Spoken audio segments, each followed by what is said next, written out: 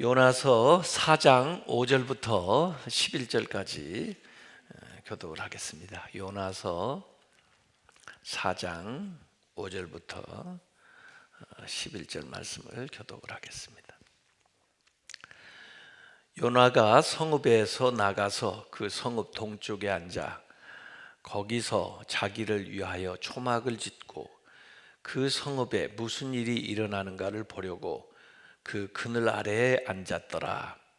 하나님 여호와께서 박넝쿨을 예비하사 요나를 가르게 하셨으니 이는 그의 머리를 위하여 그늘이 지게 하며 그의 괴로움을 멸하게 하려 하심이었더라. 요나가 박넝쿨로 말미암아 크게 기뻐하였더니 하나님이 벌레를 예비하사 이튿날 새벽에 그 박넝쿨을 갉아먹게 하심에 시드니라. 해가 뜰 때 하나님이 뜨거운 동풍을 예비하셨고 해는 요나의 머리를 쪼이매 요나가 혼미하여 스스로 죽기를 구하여 이르되 사는 것보다 난 것이 내게 나으니이다 하니라. 하나님이 요나에게 이르시되 네가 이 박넝쿨로 말미암아 성내는 것이 어찌 옳으냐 하시니 그가 대답하되 내가 성내어 죽기까지 할지라도 옳으니이다 하니라. 여호와께서 이르시되 네가 수고도 아니하였고 재배도 아니하였고 하룻밤에 났다가 하룻밤에 말라버리니 박넝쿨을 아꼈거든. 같이 읽겠습니다. 하물며 이 큰 성읍 니느웨는 좌우를 분별하지 못하는 자가 12만여 명이요 가축도 많이 있나니 내가 어찌 아끼지 아니하겠느냐 하시니라. 아멘. 네, 이번에 요나서를 전체를 다 읽게 되어서 참 감사합니다. 요나서 전체를 보면은 니느웨에 주신 말씀이라 하지만 니느웨를 회개시키는 말씀보다 요나의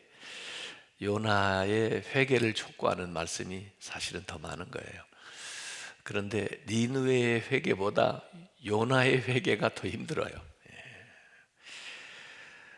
요나가 불순종하기도 하고 나중에 순종을 하는 것 같기도 하지만 그 불순종도 실패고 이 순종도 실패예요. 불순종만 또 못한 순종을 한 거예요. 제가 볼 때는. 그래서 그 요나에 나오는 요나서에 요나만 빼고 모두 다 모든 것들은 다 하나님께 순종하는데 요나만 순종을 안 해요. 제대로. 큰 폭풍도 불나니까 불고 바람, 바다, 짐승들까지도 하나님께 순종하고 큰 물고기, 벌레, 식물, 그리고 니느웨 사람들, 벳사람들 모두 다 순종하는데 이 요나만 불순종하고 불평불만해요. 그래서 이 요나서가 원래는 이제 이방 선교를 위한 책이지만 또 요나서 자체를 보면은 요나 자신을 회개케 하는 책이에요. 요나를 위한 책이에요. 다른 사람을 위한 책이 아니라 나를 위한 책이라 그 말이에요. 그래서 요나가 물고기 뱃속에서 기도를 했는데도 이렇게 완전히 변하지를 않아요. 그 요인을 제가 회개 기도가 없다 그런 얘기를 했는데 기왕에 하나님의 일을 하면서도 왜 즐겁게 못하나. 하나님의 일만이 그런 게 아니에요. 저는 가만히 보면은 자기가 하는 일을 좋아하지 않아요. 사람들이 왜 그 일 하나요? 그런데 그러면 먹고 살기 위해서요. 그래요. 아니 먹고 살기 위한 방법이 그것밖에 없나요? 어떻게 얻어낸 인생인데 그렇게 살아요?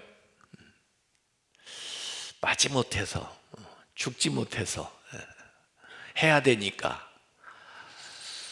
더구나 하나님 앞에 하는 것을 그런 식으로 하면은 그게 무슨 은혜가 되겠어요?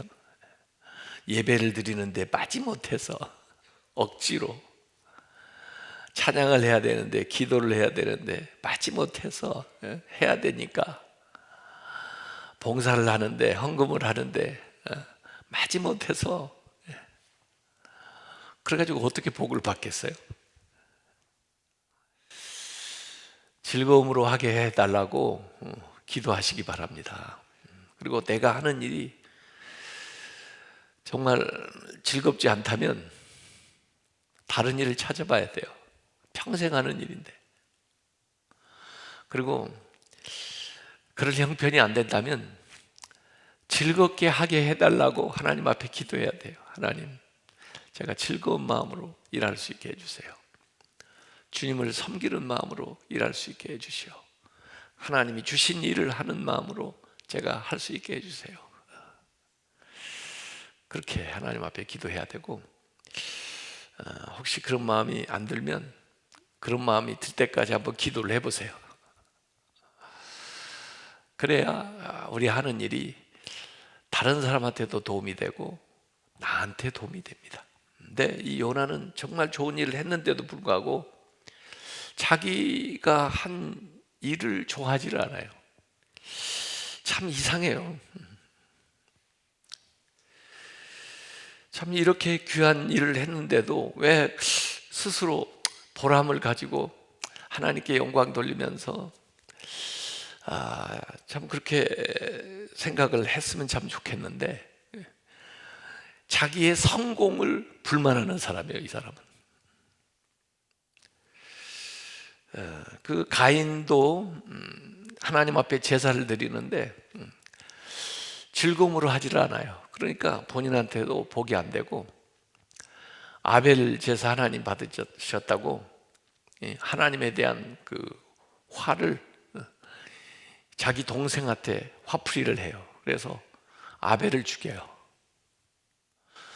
예배 드리고 할 사람 짓이에요, 그게? 참 하나님의 은혜 주시려고 하는 것들을 이렇게 인간은 좋지 않은 방법으로 활용을 하기도 합니다. 이렇게 정성이 없기 때문에, 마음을 들여서 하지 못하기 때문에 그런 일을 하는 겁니다. 어떻게 사랑하지도 않으면서 그 니느웨 사람들에게 말씀을 전할까? 어떻게 니느웨 사람들이 회개하는 걸 기대하지도 않으면서 그들에게 하나님 말씀을 전할 수가 있을까? 참 이해가 좀 안 돼요. 근데 사실 이 요나서는요, 히브리 사람들에게 주는 책이에요. 히브리 사람들, 니느웨 사람들 위해서 쓴 책이 아니에요.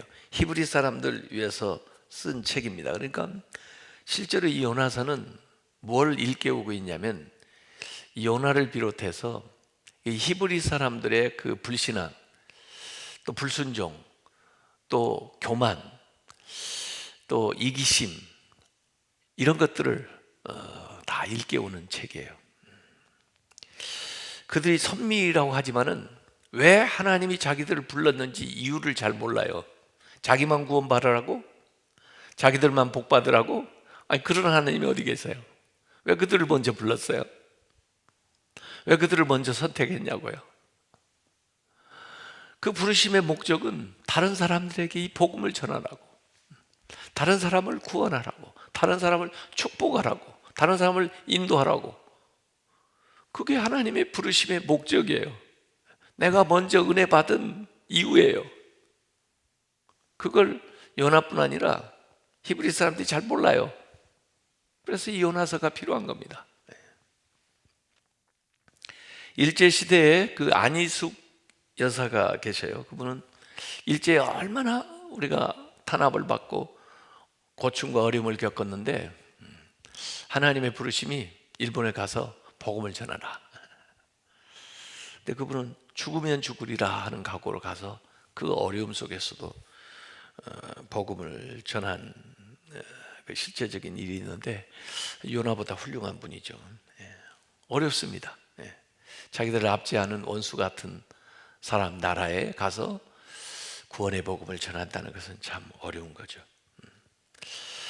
그래서 이 요나는 좀 이상한, 그러나 어찌 보면 그 히브리 사람들의 그 당시에 행동 방식으로서는 당연한 그런 모습을 우리에게 보여줍니다.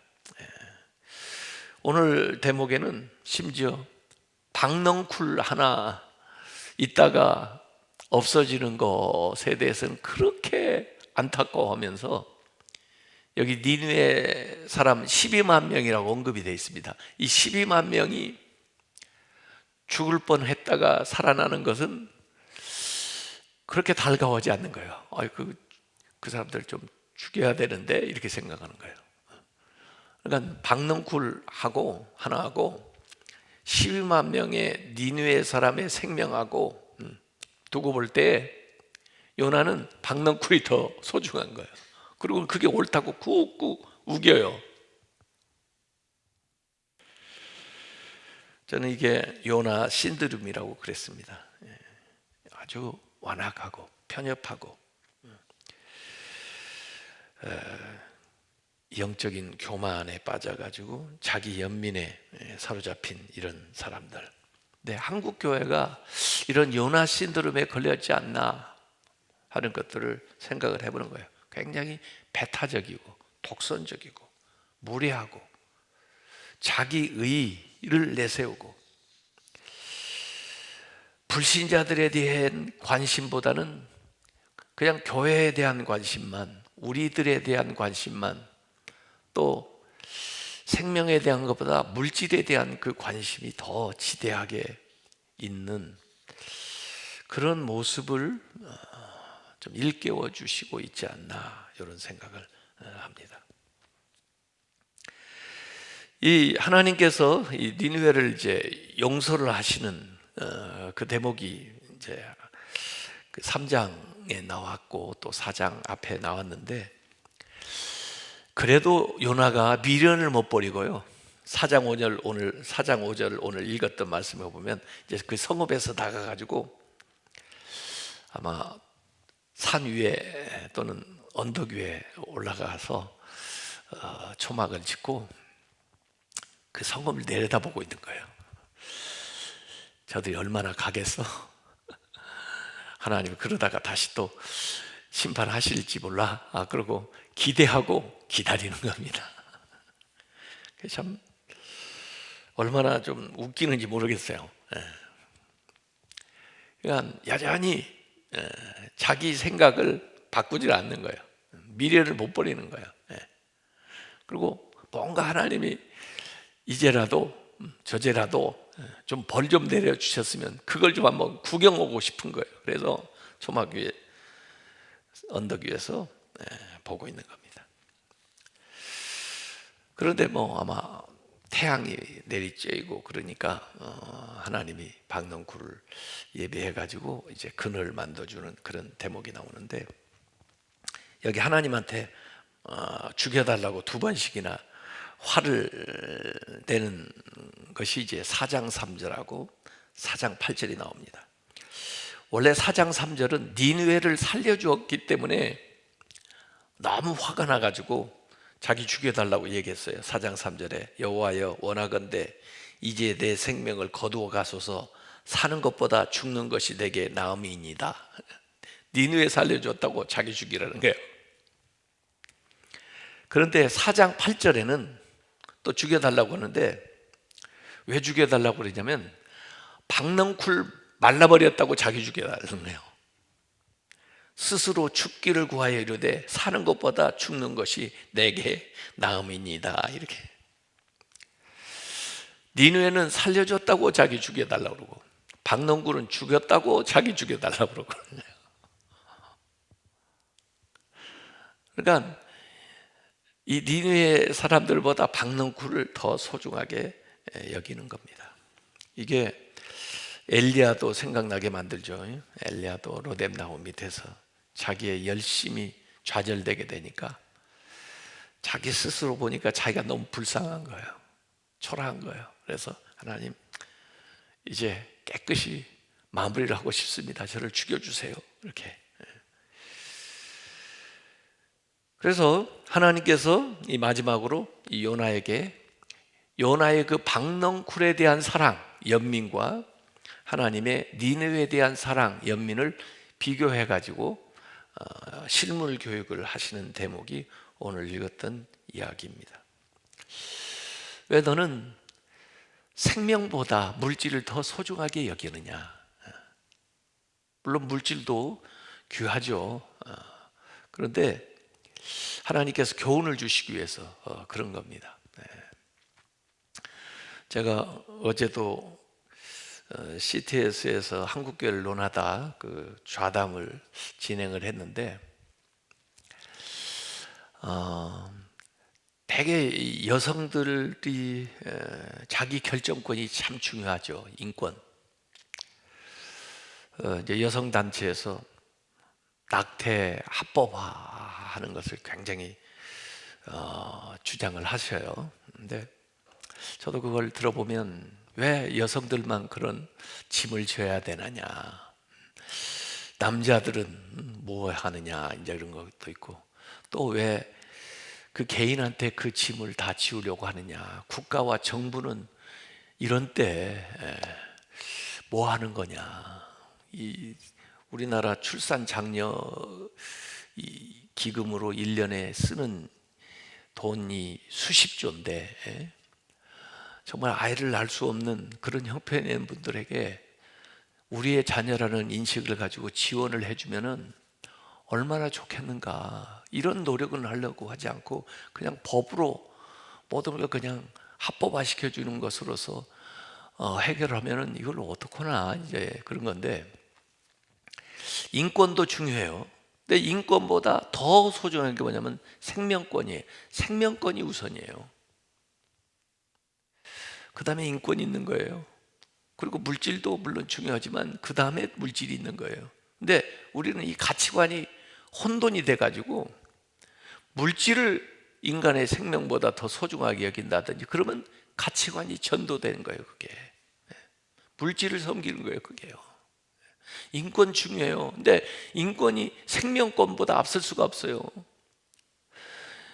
죽일 권리라는 건 없는 거예요. 죽일 권리라는 건.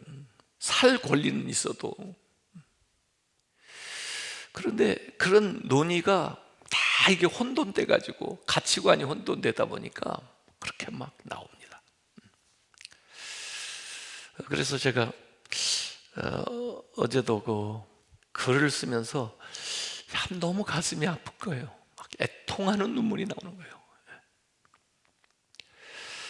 이 요나가 자기 호주머니에 있는 돈 몇 푼이 다른 사람 생명보다 더 소중하다고 생각하는 사람이나 다를 바가 없는 거예요. 내가 손해나는 건 싫은데 다른 사람 죽는 건 아랑곳도 안 해. 그것은 신자의 태도가 아닙니다. 그러면서도 자기가 옳다고 꾹꾹 우깁니다. 여기 보면 참 재밌어요. 이 요나가 이 오늘 4장에만 성내다 노하다 표현이 6번 나오는데 하나님 왜 너 그렇게 화를 내? 왜 이렇게 성을 내? 그러니까 지금 화 안 나게 되느냐 이거죠. 그러면서 하나님한테 화를 내는 거예요. 하나님한테. 그래가지고 여기 무슨 논쟁이 나오냐면 하나님하고 요나하고 다투는 건데 네가 옳냐 내가 옳냐 이런 거예요. 우리 다툴 때 그러잖아요. 당신이 그랬잖아. 네가 그랬잖아.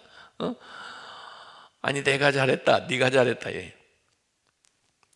다투는 겁니다. 근데 성경에도 가만히 보면 그런 분들이 좀 있기는 해요. 모세도 하나님하고 다툰 적이 있고 욥도 다툰 적이 있어요. 이 요나도 하나님한테 항의를 하는 겁니다. 그래서 하나님이 어찌 네가 성내는 게 합당하냐 4장 4절과 9절에 얘기하시는가 하면 또 4장 11절 마지막에도 어찌 내가 합당치 않냐 이렇게 하나님이 이야기를 하시는데 이 욥은 자기가 옳다고 자꾸 화를 내면서 이 얘기를 합니다. 그 탕자의 비유에도 보면은 그 형 큰아들이 아버지가 잘못했다는 거예요. 자기가 옳다는 거예요. 또 품꾼의 포도원 품꾼의 비유에 보면은 새벽 6시에 온 사람이 주인 보고 주인이 잘못됐다는 거예요. 자기가 옳다는 거예요. 그런 논쟁이 나옵니다. 근데 왜 이 논쟁이 나오냐면은 은혜를 몰라서 그래요. 은혜에 대해서 모르기 때문에 그래요. 사실 요나도 은혜 받은 사람이에요. 은혜로 구원받은 사람이에요, 요나도.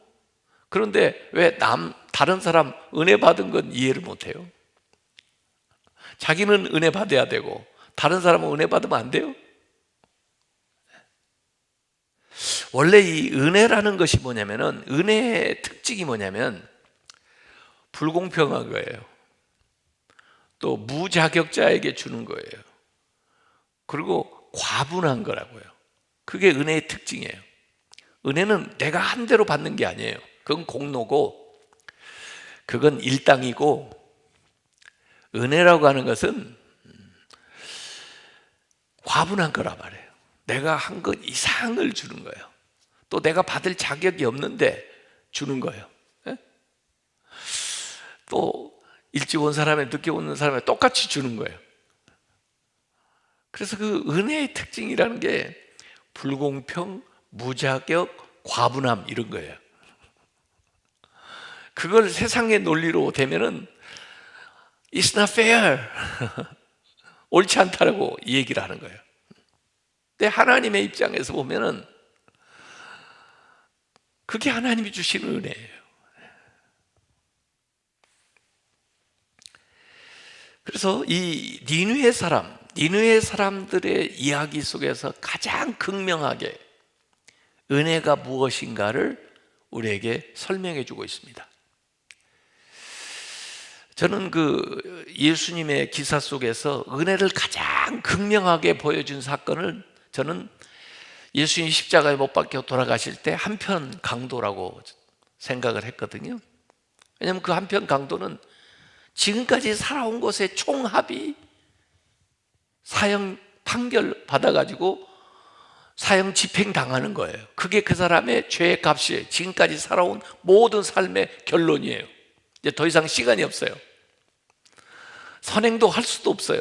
그런데도 불구하고 예수님께서 그의 요청을 받고는, 그래, 내가 오늘 나와 함께 낙원에 있으리라. 이게 뭐예요? 그게 은혜입니다. 그 사람이 무슨 선행을 했냐고요? 아니, 그 사람이 무슨 선행을 할 수 있는 시간이 있냐고요? 아니, 그 말 한마디 했다고, 거기서 믿는다고 했다고 그럴 수 있는 거예요? 아니, 평생 믿은 우리하고 똑같이 구원받을 수 있는 거냐고요, 이 사람이요. 그게 은혜를 우리에게 아주 극명하게 보여주는 사건입니다. 은혜로 구원받지 너의 행위로 구원받은 것이 아니다. 오늘 이 니느웨 사람들에게 있어서 이 구약은 아주 극명하게 은혜가 무엇인가를 요나에게뿐 아니라 히브리 모든 사람들에게 보여주는 겁니다. 너희들이 잘나서 구원받은 줄 알아? 아니, 그래, 너희들이 무슨 하나님을 위해서 대단한 일을 해서 구원받은지 아느냐고. 그걸 내세우는 거야 지금? 니느웨도 내가 구원할 수 있다. 그게 은혜입니다. 은혜. 그래서 하나님은 누구에게나 차별 없이 회개하는 자에게 긍휼을 가지고 다가오시는 하나님이라고 하는 것을 여기 보여줘요. 그래서 오늘 마지막 결론에 4장 10절 11절에 이렇게 나옵니다. 여호와께서 이르시되 네가 수고도 아니하고 재배도 아니하였고 하룻밤에 났다가 하룻밤에 말라버린, 사실은 은혜로 주었던 거죠. 이 박농쿨을 아끼지 아니하였거든. 하물며 이 큰 성읍 니느웨에는 좌우를 분별하지 못하는 자가 12만 명이요 가축도 많이 있나니 내가 어찌 아끼지 아니하겠느냐. 또 내 마음을 그렇게 모르냐? 아마 하나님이 울고 계셨을 것 같아요. 야, 정말 너 그렇게 나를 이해를 못하겠냐? 이게 요나서의 결론입니다. 근데 마지막에 이 결론이 내가 어찌 아끼지 아니하겠느냐? 그 질문으로 끝나는 겁니다. 미종결이죠. 거기에 뭐라고 답변하는지 몰라요. 이 요나서의 특징입니다. 사실 이 요나서의 특징을 그대로 가지고 있는 것이 누가복음 15장에 나오는 탕자의 비유죠. 그 아버지가 큰아들에게 야, 내 동생이 죽었다가 살아난 건데 내가 기뻐하는 것이 그게 그 잘못된 거냐? 그렇게 끝났잖아요. 큰아들이 뭐라고 대답했는지 거기에 적혀 있질 않아요. 여기 요나서에도 요나가 이 질문에 뭐라고 답변했는지 적혀 있질 않아요. 왜 그럴까요? 사실 요나는, 이 책을 쓴 사람이 요나 아니에요. 요나는 답변했어요. 근데 여기다 안 써놨어요. 왜 그럴까요? 우리 보고 답변하라고. 사실 이건 우리를 위한 책이에요. 요나가 왜 이걸 기록했을까요? 유대인들에게, 우리에게 하나님의 그 마음을 드러내기 위해서 이 책을 쓴 겁니다. 그래서 사실은 이 질문에 대해서 답변해야 될 사람들이 우리예요. 사실 이 요나서는 제가 다 읽어보고 내린 결론입니다. 아, 이게 요나의 고백록이구나. 참회록입니다. 세상에 유명한 참회록들이 있습니다. 어거스틴의 참회록, 고백록이 있어요. 뭐 톨스토이의 고백록이 있어요. 자기들이 잘못했던 것들을 다 낱낱이 기록을 해놨습니다. 왜 기록을 해놨나요? 제가 한 건 아무것도 없습니다. 저는 이런 사람이었습니다. 저는 이런 나쁜 짓도 했고요. 저는 이런 못된 생각도 했고요. 예. 그러나 그들이 지금 어때요? 위대한 사람이잖아요. 예. 선지자잖아요. 예. 그러면 그 사람이 그 사람 된 건 뭐예요? 하나님의 은혜죠. 내가 나 된 것은 하나님의 은혜입니다. 저는 이런 사람이었어요. 저는 이렇게 행동했던 사람이에요. 저는 하나님한테 이런 말을 했던 사람이라고요. 이런 생각을 했던 사람이에요. 저는 하면서도 즐겁지가 않았었다니까요. 나는요, 진짜 하나님 말씀대로 박넝쿨이 저들 생명보다 더 소중하게 생각했던 사람이라니까요. 제가 한 게 뭐 있어요? 다 하나님이 하신 거예요. 저는 아무것도 안 했어요. 저는 생각도 짧았고요. 저는 속도 좁은 인간이었습니다. 나는 그들이 구원받는 거 기뻐하지도 않았습니다. 제가 니느웨를 위해서 뭘 했다고요? 아무것도 한 거 없어요. 하나님이 하신 것입니다. 참 놀라워요. 하나님의 능력이 그런 저를 썼다니 놀라워요. 하나님의 은혜가 그런 사람들을 회개시키다니. 우리가 그런 하나님을 믿고 있다고요. 요 얘기를 요나가 하는 것입니다. 그게 결론이에요. 그걸 우리 보고 깨달으라는 거죠. 그걸 우리 보고 느끼라는 거예요.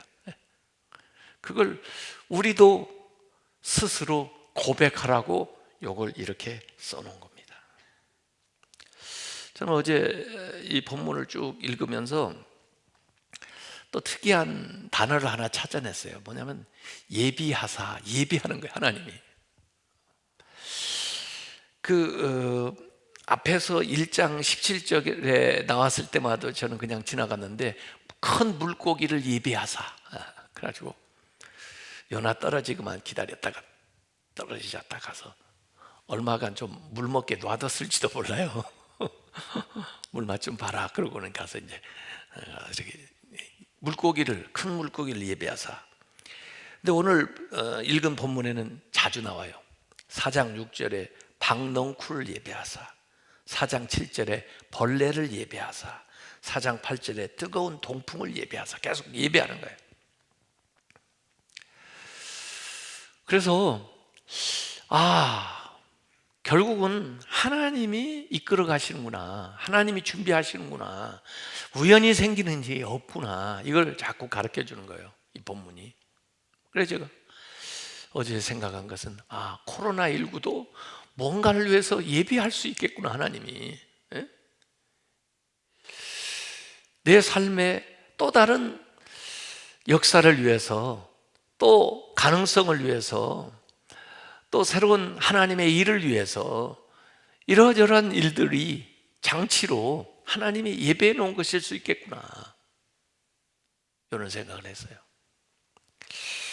오늘 우리가 여러고 특별 새벽 기도를 이제 마치면서 여전히 여러분들이 부담스럽게 또 해결해야 될 또 주변에 어려움이 있을 수 있습니다. 근데 그걸 하나님이 예배한 것이라고 한번 생각할 수 없나요?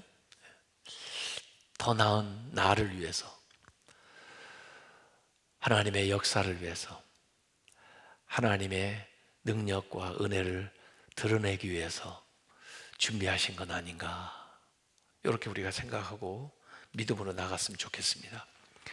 그리고 특별히 하나님은 이 구원하시는데요, 이방인만 구원하는 게 아니고요, 이 자연 생태계 모든 것까지 다 포괄해요.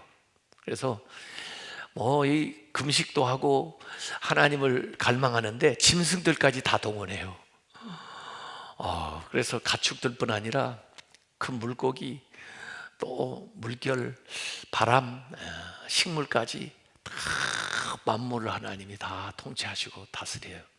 그래서 제가 요사이 이제 생명에 대한 생각을 하면은 인간만 구원하시는 것이 아니고 온 생태계를 하나님이 새 하늘과 새 땅에 구원을 주신다, 이렇게 믿어요. 그래서 우리와 더불어 함께 살아가는 이웃들뿐만 아니라 이 자연 모든 생태계까지도 잘 우리가 관리하면서 돌보면서 살아야 되겠다, 이런 생각합니다. 하나님께서 이 모든 것들을 주신 것을 우리가 감사하면서 또 아직 알지 못하는 많은 하나님의 그 예비하신 것들이 하나님의 은혜의 능력의 역사를 일으키기 위해서 이제 우리 주여 한번 부르고 기도하고 제가 축도함으로 마무리하겠습니다. 주여, 주의 성령께서 도와주셔서 이번에 아버지 하나님이 요나 통해서 교훈을 받게 해주시고 또 아버지 하나님 하루하루 깨달음을 주신 걸 감사합니다. 아버지 하나님, 우리를 위해서 예비하신 모든 것들이 하나도 빠짐없이 우리의 삶에 이루어질 수 있도록 인도하여 주셔서 하나님의 영광을 위해서 위대한 삶을 살아갈 수 있는 기회를 저희들에게 허락하여 주시고 이 말씀이 실천되고 하나님의 위대한 역사가 우리 삶에 나타나고 아버지 하나님, 여리고성이 무너지는 것 같은 기적적인 역사가 일어날 수 있도록 하나님 도와주옵소서. 성령님 함께하여 주옵소서. 크신 권능으로 우리 가운데 역사하옵소서. 하나님의 크신 영광, 하나님의 위대한 능력이, 하나님의 말씀이, 하나님의 은사가 우리의 삶에 충만하게 나타날 수 있도록 하나님 역사하여 주옵소서. 하나님의 크신 권능으로서 하나님 각 사람에게 역사하셔서 아버지 하나님, 아직도 남겨있는 모든 것들 하나님께서 의심과 아버지 하나님 불순종과 모든 죄악과 미움과 다툼과 시기하는 마음, 비교하는 모든 것들 하나님께서 물리쳐 주셔서 하나님의 뜻과 하나님의 능력이, 하나님의 은사가 우리의 삶에 이루어질 수 있도록 역사하여 주시고 하나님의 영광 나타내 주옵소서. 내일도 복된 일 하나님께 영광 돌리면서 하나님 그 신복을 드러낼 수 있도록 하나님 도와주옵소서. 하나님 은혜로 살아갈 수 있도록, 은사로 살아갈 수 있도록 하나님의 크신 능력으로 아버지 우리 가운데 하나님이 나타날 수 있도록 하나님께서 인도하여 주옵소서. 하나님의 성령이 아버지 하나님 역사하셔서 하나님의 크신 권능이, 은혜와 원사가 하나님의 하나님 나타날 수 있도록 하나님께서 인도하여 주시고 성령으로 이 시간 우리 가운데 충만하게 역사하여 주시옵소서. 아버지 하나님, 요나서가 성경으로 우리에게 주어지기까지는 요나의 그 진실한 고백과 또 회개가 담겨 있는 이 말씀이 하나님의 그 은혜와 능력과 하나님의 사랑과 뜻을 드러내고자 우리에게 주어진 것을 믿습니다. 아버지 하나님, 우리도 요나와 같은 생각과 삶을 살았다면 이 말씀을 우리가 마무리하는 이 시간에 요나처럼 주님의 은혜를 깨닫고 주님 앞에 무릎 꿇고 진실로 회개하면서 주님이 나에게 남겨주신 삶은 더 의미 있고 보람 있게 하나님의 뜻을 성취해 나가는 삶을 살아갈 수 있도록 역사하여 주시옵소서. 또 무엇보다 우리의 이웃과 또 생명들을 소중하게 여기는 삶을 살아갈 수 있도록 인도하셔서 이 땅의 사회 생명력을 복원시켜 주옵시고 모든 사람들이 풍성한 생명을 누릴 수 있도록 하나님께서 역사하여 주옵소서. 이번 기간에 수고하는 우리 아이리스 찬양팀 그리고 우리 성도들 가운데 또 섬기시라 애쓰신 분들 또 참여하시느라 새벽까지 수고하신 모든 성도들 그리고 집에서 인터넷으로 함께하는 모든 성도들을 하나님께서 귀하게 받아주옵시고 신령 안에의 은사로 저들에게 충만하게 채워 주시옵소서. 이제는 우리 주 예수 그리스도의 은혜와 하나님 아버지의 그 크신 사랑과 성령님의 교통하시고 인도하심이 이렇게 믿으면서 나아가는 주님의 사랑하는 자녀들에게 이 나라 이 민족 위에 한국교회 위에 이제부터 영원히 함께하시기를 간절히 축원하옵나이다. 아멘.